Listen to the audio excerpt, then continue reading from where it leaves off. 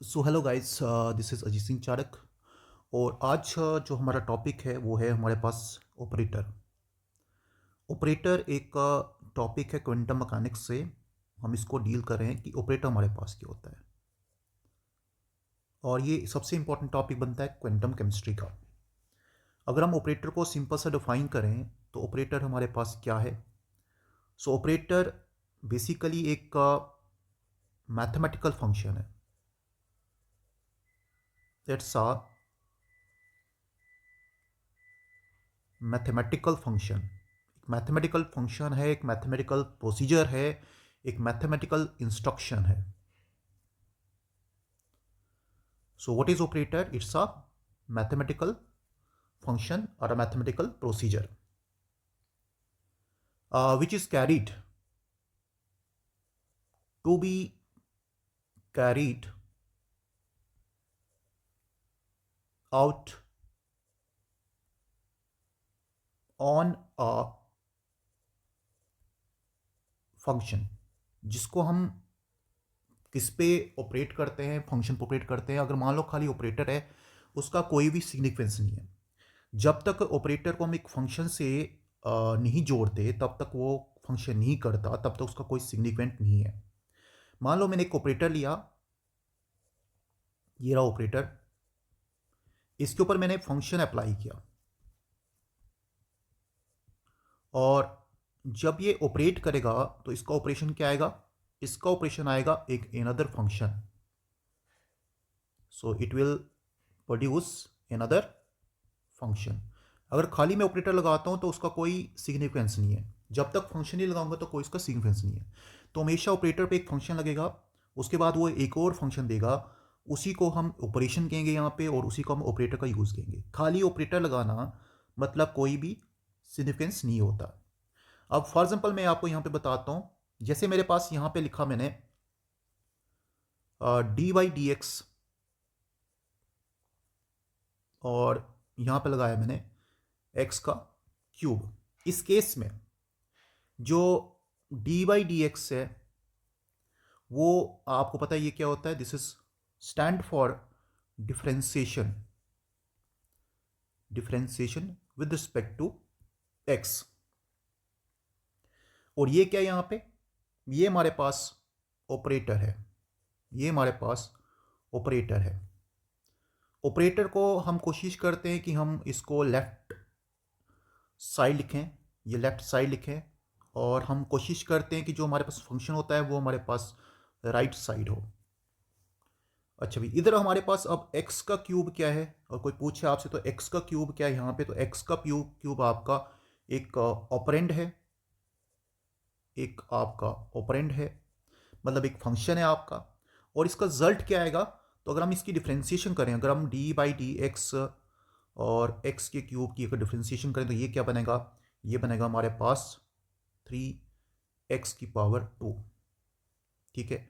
तो आपको पता है कि अगर हम किसी की भी, अगर मान लो यहाँ पे एक्स रेज पावर n होता है, ठीक है, तो हम इसको क्या लिखते हैं? ये बनता है हमारे पास n रेज पावर 1 बनता है। मतलब मान लो 1 यहाँ पे लिखता हूँ, या जो भी हमारे पास वैल्यू से कम होगा, यहाँ पे क्या आएगा आपका?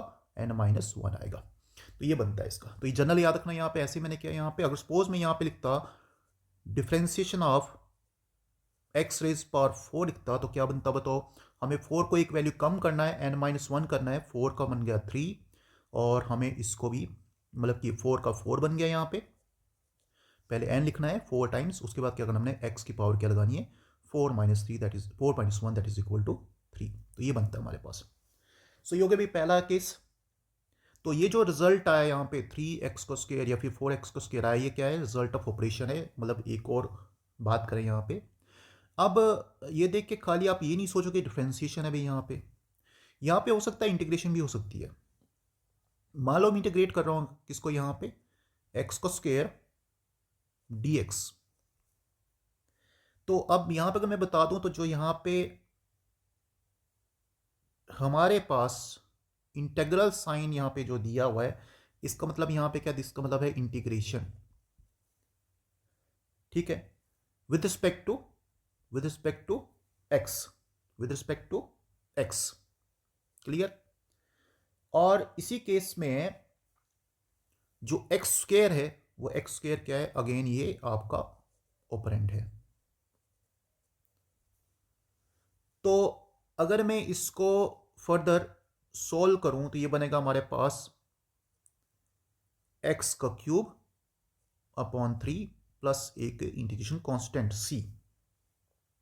तो ये जो यहाँ पे x का क्यूब अपॉन 3 आया प्लस c हमारे पास इंटीग्रेशन कांस्टेंट आया, ये बेसिकली क्या है, ये हमारे पास रिजल्ट ऑफ ऑपरेशन है। This is basically result of operation. So from here we consider कि भाई ऑपरेशन जो भी हो रहा है यहाँ पे ऑपरेटर फंक्शन की वजह से हो रहा है। नेक्स्ट आते हैं हमारे पास कुछ और चीज़ों पे।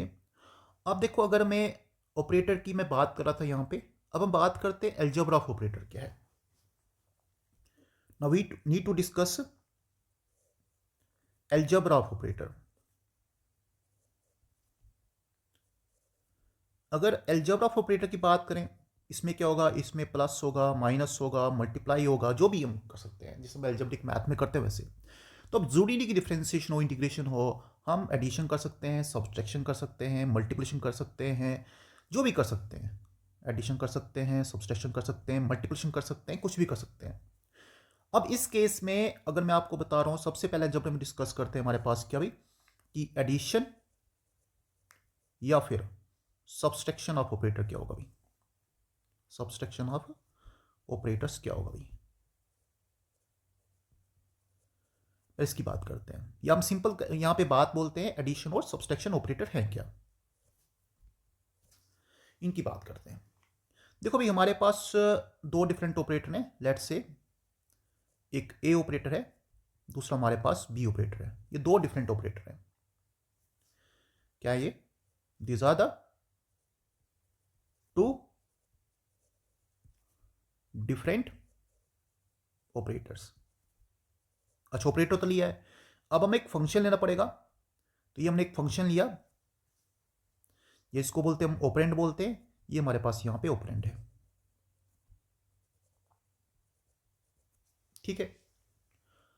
तो अगर मैं एडिशन की बात करूं तो मैं से दिखा दूंगा, मैंने ऑपरेटर ए को ऐड किया किसके साथ, ऑपरेटर बी को, और ये रहा इनका फंक्शन।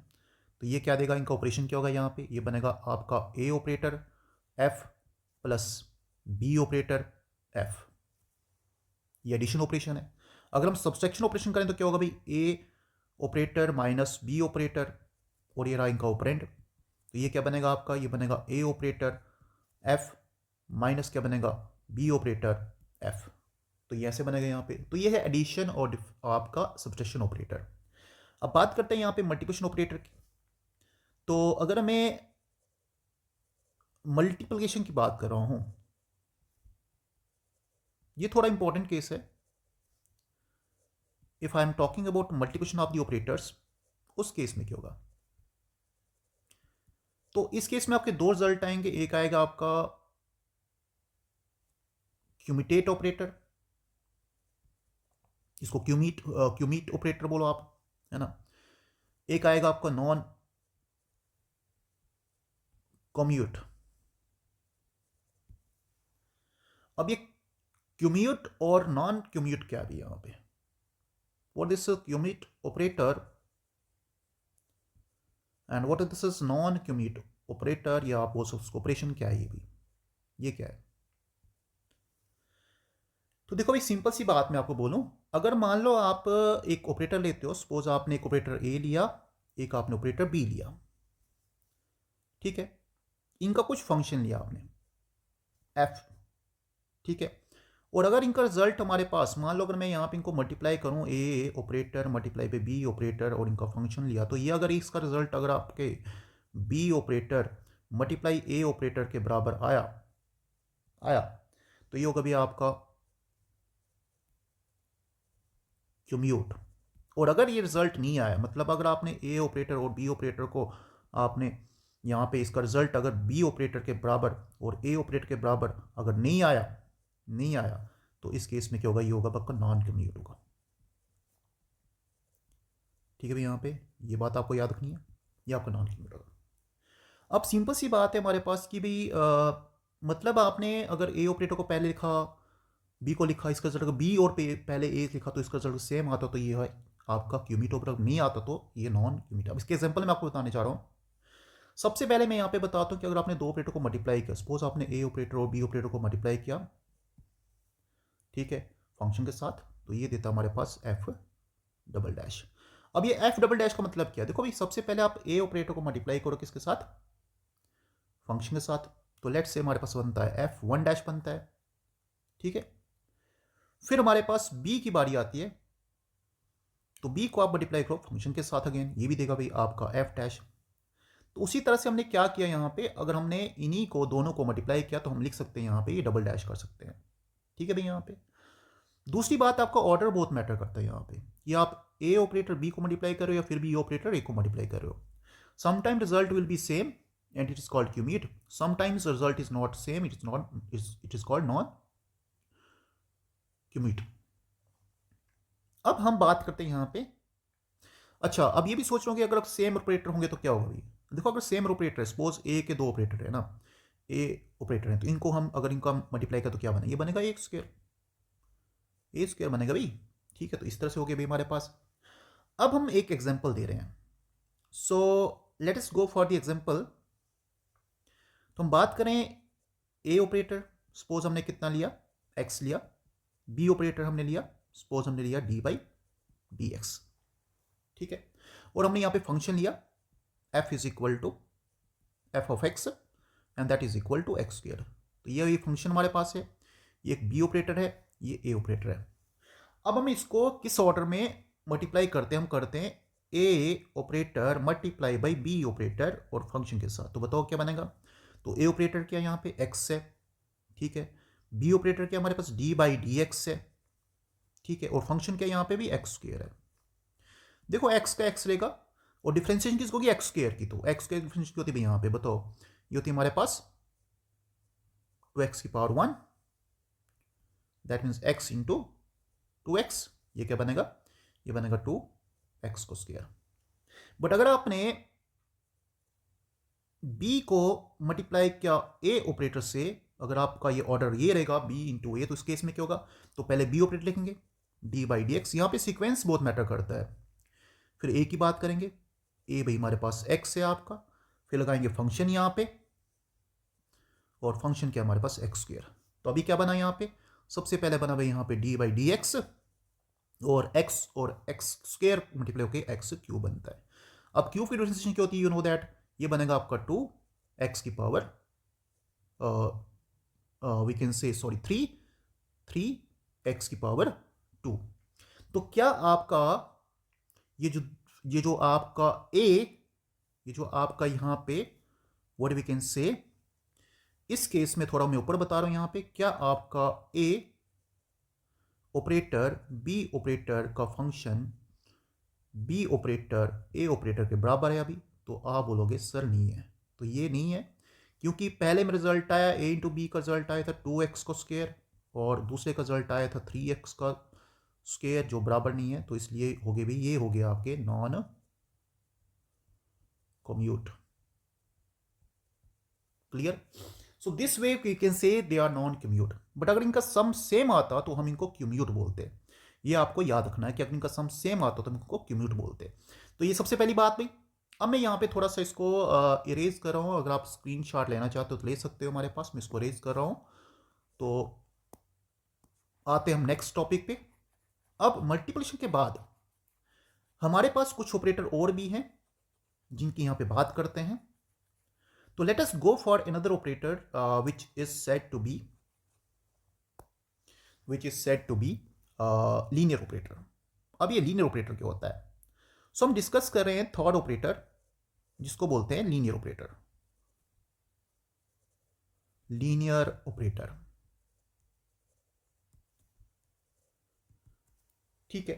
अगर मान लो हमारे पास एक ऑपरेटर ए है, लेट्स से एन ऑपरेटर ए, इसको हम लीनियर तब बोलते हैं इज लीनियर ऑपरेटर, इसको हम लीनियर ऑपरेटर तब बोलते हैं अगर इफ फॉर टू फंक्शंस, अगर हम यहां पे दो फंक्शन लेते हैं, मान लो एक फंक्शन लेते हैं हमारे पास क्या भी एफ, दूसरे लेते हैं हमारे पास क्या भी जी। आर रिलेटेड एज, ये कैसे रिलेट करते हैं, दे आर रिलेटेड एज, कैसे रिलेट करेंगे यहाँ पे बताओ भी। तो ए ऑपरेटर और मैंने क्या लिया फंक्शन एफ लिया, इसको ऐड किया फंक्शन जी में, और ये बनेगा आपका A operator function F plus बनेगा भी आपका ए ऑपरेटर फंक्शन जी। अगर ये ऐसे रिलेट कर रहे हैं तो इसको बोलेंगे हम लीनियर ऑपरेटर बोलेंगे। क्लियर यहाँ पे भी, if they operate like this then we set these are the linear operators. तो ये आपका यहाँ पे बनता भी। अब इसकी भी एग्जांपल दूंगा यहाँ पे मैं। सो फॉर एग्जांपल मैंने एग्जांपल ली और मेरे पास क्या किया भी, मैंने यहाँ पे लेट से मैंने एक फंक्शन मैंने लिया एफ एक्स लिया, मैंने यहाँ पे सपोज मैं लेता हूँ 7x का स्क्वायर, ठीक है। और मैंने जी एक्स लिया, यहाँ पे कितना लिया भाई, ये लिया मैंने कितना लेट से 4x का स्क्वायर। अब मैं इसको ऑपरेट करूँगा तो भाई क्या बता रहा है यहाँ पे, पहले ऑपरेटर लेना है। तो ऑपरेटर लिया मैंने यहाँ पे डी बाई डी एक्स, ठीक है। क्या फंक्शन हमारे पास है, फंक्शन हमारे पास है भाई 7x स्क्वायर को मैंने ऐड किया प्लस किया मैंने 4x स्क्वायर को मैंने ऐड किया, ये बना दिया भाई यहाँ पे, है ना। मान लो इस फॉर्म में लिया मैंने, किस फॉर्म में लिया, आपके लेफ्ट हैंड साइड जो फॉर्म है उस फॉर्म में लिया मैंने, इस फॉर्म में लिया यहाँ पे, ठीक है। तो क्या बना बताओ भाई यहाँ पे, ये बना आपका डी बाई डी एक्स, पहले ऐड कर देते हैं, 7 और 4 होता है 11x का स्क्वायर होता है, ये 11x का स्क्वायर होगा यहाँ पे। तो 11x को स्क्वायर, अच्छा इसको सोल्व करते तो भाई स्क्वायर है एक्स स्क्वायर का डिफरेंशियल पता क्या होता है, दैट इज इक्वल टू 2 पीछे आएगा तो हमारे पास 11 इंटू 2 हो जाएगा और x की पावर 1 आ जाएगी, ये बना कितना भाई 22 बनेगा और x बनेगा, ठीक है। यहाँ पे ये हो गया भाई। अब दूसरा केस हम इस फॉर्म में लेते हैं, इस फॉर्म लेंगे तो क्या होगा भाई, ए ऑपरेटर लगाएंगे पहले, तो लिखेंगे D by D x 7x square लिखेंगे। अच्छा बी की बात करते क्या होगा बताओ भाई यहाँ पे, तो बी की बात करें मतलब ये जी की बात करें, एफ और जी की बात करें तो क्या बनेगा यहाँ पे, ये बनेगा डी बाई डी एक्स और ये होगा 4x का स्क्वायर।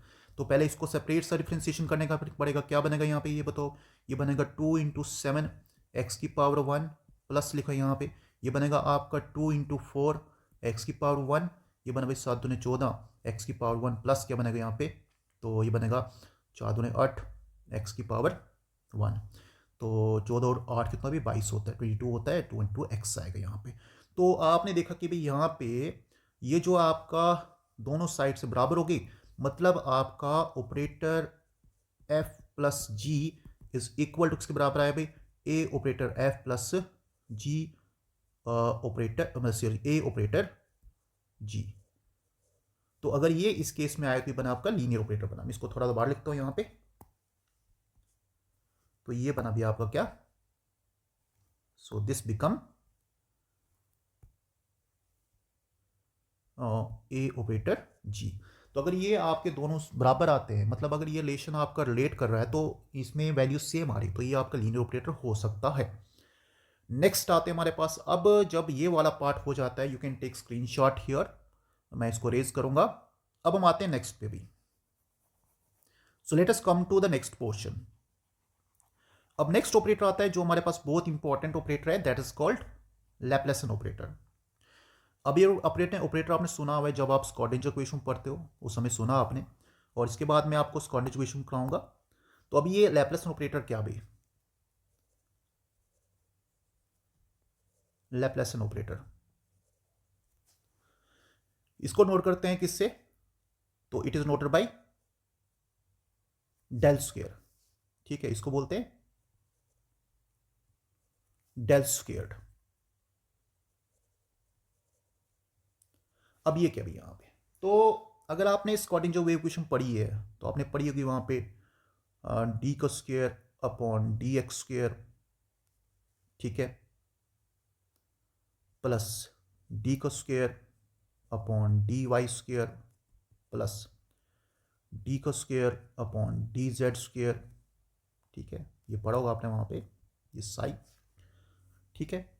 प्लस क्या पढ़ा आपने वहां पे, प्लस पढ़ा आपने 8 पाई का square m upon h square, E is total energy, V is potential energy, psi equal to 0। तो ये आपने क्वेश्चन पढ़ी है, and this is your Schrodinger wave equation. अब इसमें अगर मैं ये जो पूरा आपका फॉर्मेट यहाँ पे दिया है, जो एक्स एक्सेस पे वाई एक्सेस पे जो ये फंक्शंस दिए हैं यहाँ पे, मतलब मान लो ये जो टर्म दिया, अगर इनको मैं रिप्लेस करूँ तो मैं रिप्लेस कर सकता हूँ किससे, डेल स्क्वायर से, ठीक है, क्योंकि डेल स्क्वायर क्या यहाँ पे है d square upon x square d x square plus क्या है भाई d square upon d y square plus क्या भाई यहाँ पे d square upon d z square के बराबर आता है।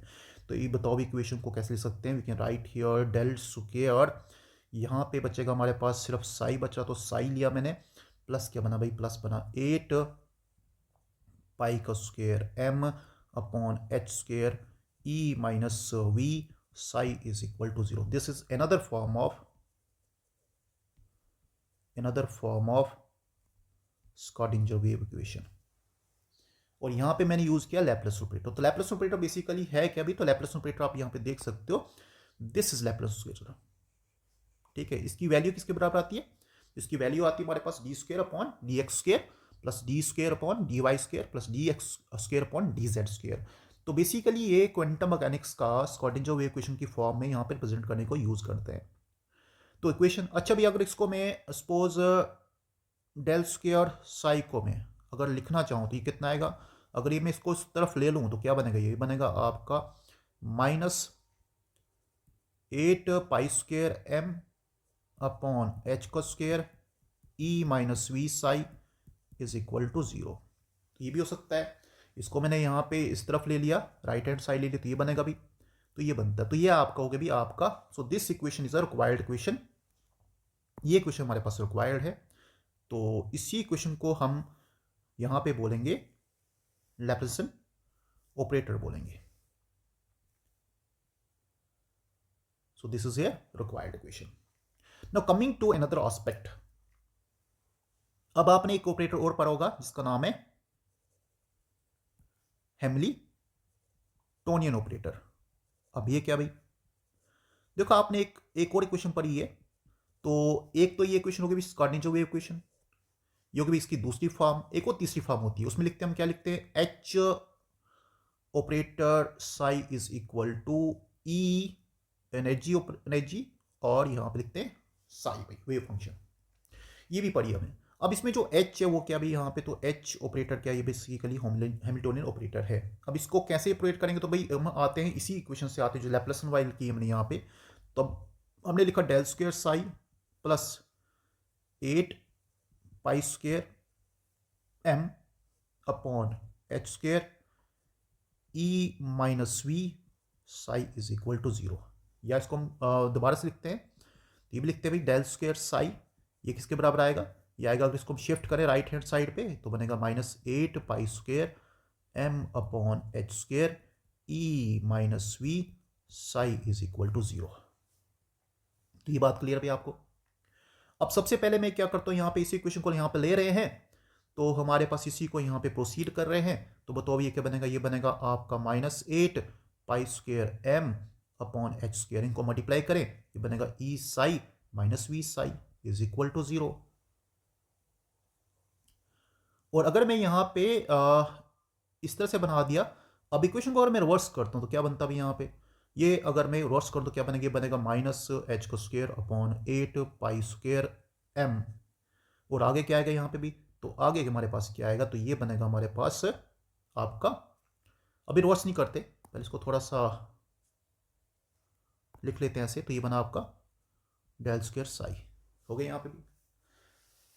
अब लेट्स से मुझे यहां से इक्वेशन को प्रोसीड करना है, ठीक है, तो I can write like this way, तो इसको ऐसे लिख सकता हूं, del square psi is equal to minus 8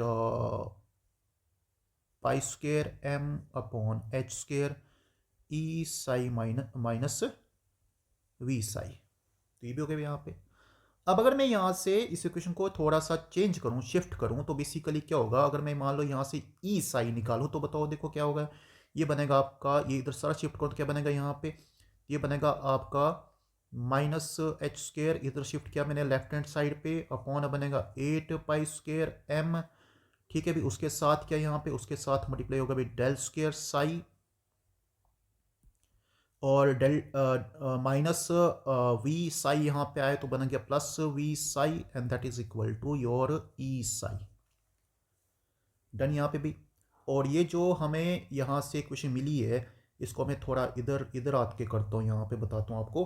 अब बताओ भाई क्या बना यहाँ पे, ये बना -h² अपॉन 8π²m, ये डेल्टा प्लस वी कर दूं, डेल्टा स्क्वायर प्लस वी कर दूं, और इसका कॉमन क्या निकालो भाई यहाँ पे, इसका कॉमन निकालो, मैं यहाँ पे साई निकालूं, इज इक्वल टू क्या बनेगा भाई, ई साई बनेगा। ये जो आपका टोटल यहाँ पे बना आपका h² upon 8π²m del square plus V, इसी को बोलते भी आपका Hamilton operator, h operator psi is equal to E psi. So this is the required equation for Schrodinger. तो यहां पे याद रखना आपका जो h होगा वो क्या होगा, so your h is equal to this value, ये वैल्यू आपकी h बराबर है। तो मैं इसको सेपरेट से लिखता हूं। So remember here Hamiltonian operator, h की वैल्यू क्या होगी, तो h की वैल्यू होगी भाई माइनस h को square upon 8π²m del square plus v, इसके बराबर आएगा भी आपका h, इसके बराबर आएगा h मतलब हैमिल्टोनियन ऑपरेटर। सो ये हो गया आपका हैमिल्टोनियन ऑपरेटर। अब अगर हम इसी को एक और शॉर्ट वर्जन में, तो भाई देखो यहाँ पे एक और इक्वेशन बनती है, इसी को भी हम स्क्रॉडिंजर वेव इक्वेशन कहते हैं। तो ये हो गए भाई आज के ऑपरेटर, जिसमें हमने डिस्कस किए बहुत सारे operator. I hope this class is fruitful for you. कोशिश यहाँ पे की मैंने कि एग्जाम्प्लीफाई करूँ यहाँ पे, और इसी तरह से ऑपरेटर के बाद हमारा नेक्स्ट जो होगा वो that is postulates of quantum mechanics topic. आज के लिए इतना ही काफ़ी है। सो नेक्स्ट क्लास में डिस्कस करेंगे one more topic, that is basically the postulates of quantum mechanics.